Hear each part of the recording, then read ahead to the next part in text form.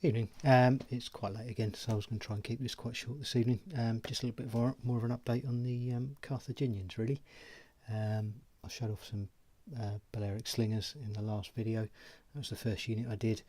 I've gone big with the skirmishers, really, to start with. Just a little bit easier, aren't they, to do?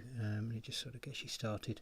But these are African Libyan javelinmen, just a unit of 6.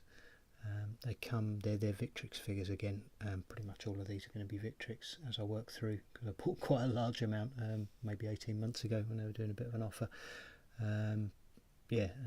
Really nice figures. They come in a set called Warriors of Carthage. You've got 2 types of spearmen in there. You've got your sort of normal spearmen and your veteran spearmen, and heavily armoured spearmen, and then a few javelin men as well. So there's enough for a couple of units of these.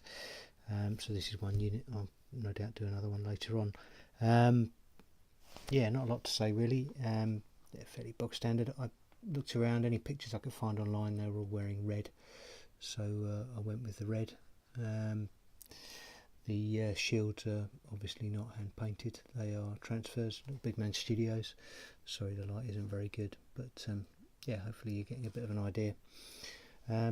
I'm going to end up with these because I'm going to be playing to the strongest with them, so we're going to have basically, certainly my table at home is going to be playing in 6-inch squares, so you need to, for most units you need to have a footprint so that you can potentially fit 2 units into a 6-inch square. So it means you're either really cramming your figures on a base if you want to have big units, or you just can't have big units unless you really cram them onto bases, and I don't really want to do that because a lot of these Victrix figures are quite dynamic. So I'm going to end up with sort of the units aren't going to be massive, but they'll fit nicely in the box.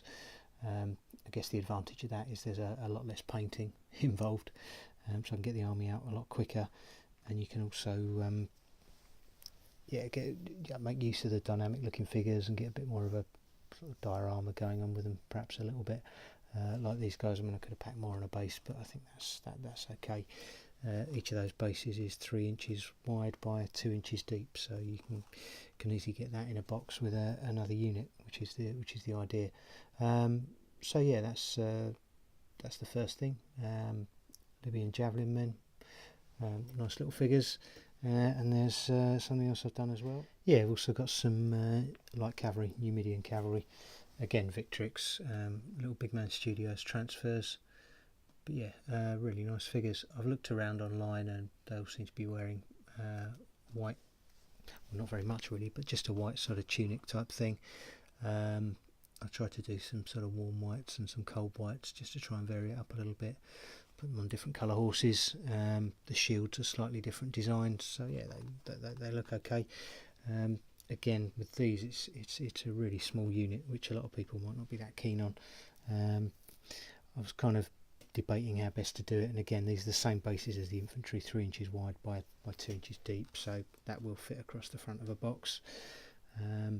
For heavier cavalry, I will do 3 to a base, but I wanted to sort of distinguish the light cavalry.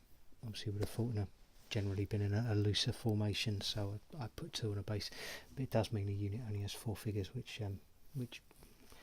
is less, which isn't very many. Some people might not like that, and I can see why, but it does, as I say, one of the advantages of that is less painting, and it certainly means I can fit them on smaller grids, which is what I'm going to have on my table at home, and what we sometimes have to play with the club, depending how many tables we can get. Sometimes we are down to 6-inch grids, so I want to try and get something that looks a bit dynamic, gets the best out of the figures, but at the same time fits in a grid. So this is what I've gone for. You pay your money, you take your choice on that, I guess. As I say, the big advantage of doing it this way is I will get this lot on the table much more quickly, because I'm painting a lot less figures.